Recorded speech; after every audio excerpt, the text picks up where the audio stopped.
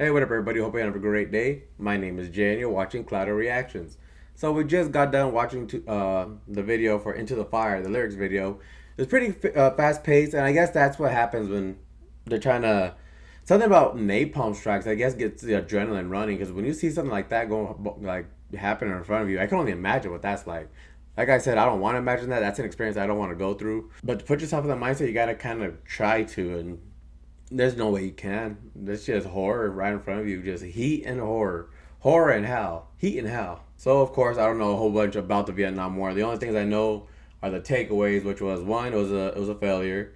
Two, when the soldiers returned home, they weren't met with like heroic cheers and hurrahs and gestures of such. They were met with like more of disdain. Like they weren't applauded when they got back home. But other than that, I don't really know a whole lot about the Vietnam War, so it'll be pretty interesting to at least learn a bit about my own history, American history, which would be nice.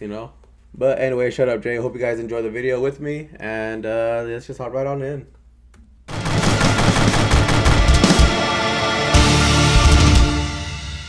You guys have written about very many Par. different wars. Somebody told me that Par helped co-write my favorite song, Bismarck. Thank you. I don't know who gave me that little gem of information. If I remember, I'll put the name right here. Thank you. Par. I knew there was a reason why I like Par so much, man. It's all coming together. It fits.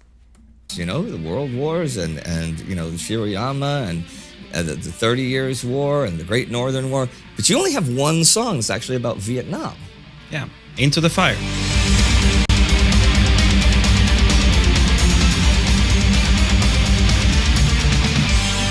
It was the height of the Cold War. While the United States and the Soviet Union were engaged in what was maybe the deadliest staring contest in human history, the real wars were being fought on the periphery of the blocks of power. The communist doctrine of national liberation was gaining traction in post-colonial Southeast Asia, and the U.S. government was fearful that a domino effect might push more countries into the communist sphere. U.S. involvement in Vietnam began in 1961, as Soviet and U.S. ideology split that country into two camps. The communist North began waging an armed insurgency against the Republican South. Despite President John F. Kennedy's promise to win the hearts and minds of the Vietnamese population, he also went straight to sending in special forces to train the South Vietnamese army. The insurgency became more and more violent, and American forces were dragged into a military conflict that gradually evolved into full-on war, a war that grew ever uglier. For the U.S. and its allies, warfare in the past had been straightforward and pretty linear. The engagements in the Second World War, fighting in Europe and the Pacific, and soon after that in Korea, had presented them with fixed lines and coherent battlefields. They took pride in the statement that they could fight any enemy anywhere in the world. The war in Vietnam, however, was to be the place where many of the traditional tactical approaches to war stopped working. It is often portrayed as the prime example of guerrilla warfare because of North Vietnam's heavy reliance on the irregular forces of the Viet Cong, the National Liberation Front. The Viet Cong's aim was to subvert the South by controlling the rural population, often through brutal terror tactics. They wore no uniforms, nor did they have standardized equipment, and instead preferred ambushes and traps to conventional warfare. The Western coalition faced an enemy that seemingly had no headquarters, who did not even try to compete with them for superiority in the air or at sea, an enemy that deliberately chose to remain elusive, who would not stand and fight, but shoot at them from afar and then run. Imagine how many accidental civilian kills there were on the U.S. part, shooting unarmed civilians, just thinking that, if I shoot them first, at least it won't get me. And then it turns out that they weren't even a soldier. They're just a regular civilian. What that does to the psyche, too, man. It's like you're doing it to survive at the same time. Sometimes the reaction time is a little too quick and you pull the trigger a little too fast, but you can't guess it. You can't. I mean, you can only, what's it called? You can only try to assess it through hindsight, but in the moment, I don't think you can really blame anybody in the moment. Elusive, who would not stand and fight, but shoot at them from afar and then run. While the U.S. could conduct devastating bombing runs deep into the north of Vietnam, their true enemy controlled the terrain beneath the treetops via a large network of tunnels, or he fled into sanctuaries in neighboring Laos and Cambodia. It was clear that the Western forces could not just stay in their bases and bomb their enemies from the air. They would have to conduct aggressive combat operations themselves to destroy the enemy forces, disrupt his logistics, and break his power over the rural population. Sent from old season into the unknown. That we landed in the jungle, sent on first patrol. Sun's down, dawn's falls, digging for the night. Ambush in the dawn, they came, the jungle's alive. The supporting Australian forces already followed an especially aggressive doctrine of nearly non-stop patrolling to control and dominate the countryside around their base camps, and the U.S. troops followed suit. The nation's countryside, however, was a whole different matter. From open rice paddies to tree-covered ridges to the winding valleys of the mountainous regions in the south, the terrain of Vietnam was quite difficult to navigate. The plateaus of the Central Highlands are way different from the marshes of the Mekong Delta, but it was the jungle that really defined combat in Vietnam more than anything. There, it came down to individual platoons, scouring the thick and hostile jungle, trying to establish control over the enemy. Inside the jungle, it was often eerily quiet. If not for the noise of helicopters flying overhead, or maybe from distant artillery shells, there was very little noise. So movement would be reduced to a minimum, as every moving leaf or cracking twig could warn the enemy of their presence. With poor visibility, men could sometimes only see 2 or 3 men in front of them. In dense terrain, the platoons split up in even smaller groups. They moved slowly, covering each other. Trails were nearly invisible, overgrown with vines and brush. Every step, they had to carefully scan their surroundings, looking for moving vegetation or color that did not belong. There was this constant need for vigilance, as light and shadow could easily play tricks on their minds.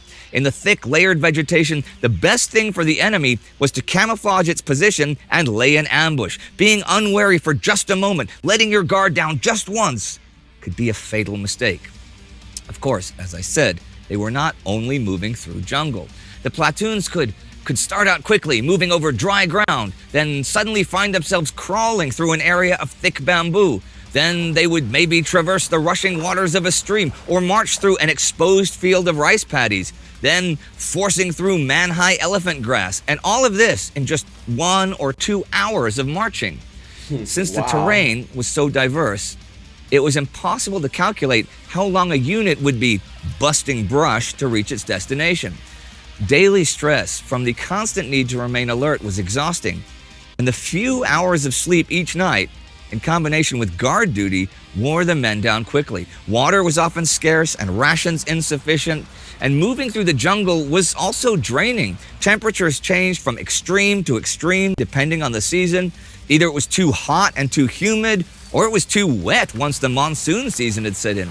Heat exhaustion and dehydration were common among inexperienced soldiers, while mosquitoes, leeches, and snakes menaced them during the steady downpour in the swamps and marshes.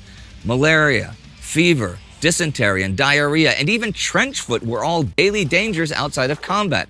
It was not surprising that the paranoia and the stress were often relieved with drugs. As for what they carried with them, since the men were out in the field for several days on end, they had to carry enough supplies and ammunition to keep them going. But resupply was often difficult and could only be done by helicopter, so everything had to be as light as possible, which is a bit of a balancing act. The Vietnam War changed the deployment of weapons as well. The standardization of automatic rifles like the M16A1 was a confidence booster, especially in surprise engagements in the jungle, but it also led to a higher demand for ammunition. Actually, ammunition had priority over everything else. Jungle firefights were regularly lost by the side that ran out of bullets first. Bazookas and mortars were usually not carried into the dense jungle since they were too heavy and unwieldy. Once the sun was close to setting, the men had to stay close together. In the pitch-black jungle, it was very easy to lose each other, and navigating the vegetation at night was pretty much impossible. Instead, they would stop and rest, and after it got dark, quickly change position once more. Sleeping was only possible for a handful of hours, as they had to constantly guard themselves and prepare their own ambushes throughout the night. And if the patrol survived the night, Man, talk about being mentally exhausted. Not only you're putting your body through the ring, you're just traversing the terrain, like he said. You are constantly on alert. Like, you don't even have like scouts just like ahead or behind you, just like doing the reconnaissance for you. You have to be constantly alert because every square foot you pass by, there could be an enemy just laying there, just waiting for the right time for enough people to pass, just to hop up and start spraying everybody down. Like they said, every little sound, every little twig snapping or leaf being crushed by an animal or something, your heart probably skips a beat. You just go still. Like, could you imagine being such a habitat, man? And they wonder why people come home with PTSD. Like, we'll never experience the things that these soldiers go through, ever. prepare their own ambushes throughout the night. And if the patrol survived the night and finally reached its destination, maybe a village or another populated area, it would investigate for Viet Cong activity. Vietnamese interpreters accompanying the platoon would question the civilians, trying to get an accurate assessment of the situation. But trust was hard to come by. A village was full of ordinary people, fishermen, woodcutters, farmers. It was impossible to say if the Viet Cong already had a grip on the local population. Were they sympathizers or just poor folk who minded their own business? Did they hide weapons or make booby traps? Also, the Viet Cong often pressed villagers into service as lookouts who would alert them of the platoon's presence. Then the Viet Cong would prepare their ambushes. It was not unusual to suddenly encounter the enemy on the trip back the same way they had come. Once spotting an enemy, the silence was broken at once. The point man would open fire, usually setting off a whole magazine in the enemy direction before backing up. The men behind would throw grenades or smoke bombs as the cry, "Guns up!" resonated through the ranks. Grenade launchers and M60 machine guns moved up to suppress the enemy, while the fighting would move to the critical flanks. It was vital to bring the maximum possible amount of firepower onto the enemy's position. If they were caught in the enemy's kill zone, that was a death sentence. They often fired blind. If they were lucky, they got fleeting glimpses of their enemies, but even at close range, the vegetation could easily hide a whole platoon. Streams of fire, highlighted by tracer rounds, ripped through the vegetation from the belt-fed machine guns. Grenades like the M67 baseball were pretty much impossible to spot and throw back in the dense vegetation. Once the enemy had too much and sought to break off the engagement, the platoon would leapfrog onward, trying to keep the enemy from slipping away. Immediately, the radio men would establish contact with base, relaying their position to call for support. If they were lucky, attack helicopters and bombers would swoop in, trying to cut the retreating enemy off and destroy them from the air. Napalm bombs were what was most feared. Now I thought, this whole time they barely mentioning the napalm strikes. But I guess they're just talking about a deep dive of the Vietnam War in general. So, but the song was good. I liked how, it did focus on just mainly the napalm strike, but Bombs were what was most feared. This place, it's driving me insane. Napalm, it's burning us all. This fight, no man will live to tell. Within me, my blood starts to boil. Now ready to strike. Napalm is like a more vicious form of a flamethrower, a mixture of gasoline and a thickening agent like lye. It's a highly incendiary and sticky liquid that once aflames clings to clothing or skin like burning glue, causing gruesome burns. And since it's a fluid, it can also flood into bunkers and tunnels. Where the napalm bombs were dropped, the jungle was immediately set aflame. It burned friend and foe alike, catching both civilians and combatants. Not only did it burn everything it came in contact with, its violent reaction with oxygen also means it sucked all the air out of its victims' lungs, killing them with sheer pressure. The heat, the asphyxiation killed people even if they weren't hit directly. Napalm cannot be washed off and is an unforgiving, tormenting killer. Napalm became a symbol of the Vietnam War. But like the automatic weaponry, like the thousands of bullets and the tons of bombs spent on each engagement, napalm was just an attempt to catch the enemy. an enemy that did not care for instruction manuals or battle lines. Napalm symbolized the desire to kill an elusive and dangerous enemy by any means possible. Now ready to strike. Not to be disrespectful to the Viet Cong, but kind of like smoking out a rat or smoke. You know, you're just doing whatever you can just to get it out of there. You know, I guess that was their last resort. They didn't know where they were, and at least this did like it did a mass area damage, so they could try to at least get some of the enemy. Nasty stuff though. Like I said, I didn't even know that it's destroyed the oxygen, pretty much sucking all the oxygen out of the air as well. That's tough. A creature of the night. Into the fire. The flame of napalm strike. So that's interesting that this is the only song about Vietnam. And this is one of your earliest war songs, yeah? Yeah, it's from the first album, Prima Victoria, actually. So how did this come about then? Because at this time we didn't have a clear vision of where we were going with the storytelling, which battles, which war we would cover, and we also didn't have so much in-depth knowledge. So we would go for the ones that we know a little bit more about. Obviously, we have heard about, and the first where it all started was the Normandy with the Operation Overlord, and then it went on with a couple of others, and obviously the war in Vietnam. And Well, when I was a kid, it was still going on. You know, I was born in the 60s, so even in the early 70s, the first like 7-8 years of my life, there was a war going on. That's true. Not for me. I'm younger than you. Young but, guys. Yeah. But we were seeing a lot of it. We were growing up with the movies about it because there was plenty of them made, and also with some music about it. I remember one of my favorite songs from one of my favorite bands, Gravedigger. They have a song called Heart of Darkness, which is... Sure, the Joseph Conrad book that Apocalypse Now, the movie, was based on. We kind of had this little idea when we were writing the lyrics for it, like because there's a creature of the night, into the fire, now I'm ready to fight.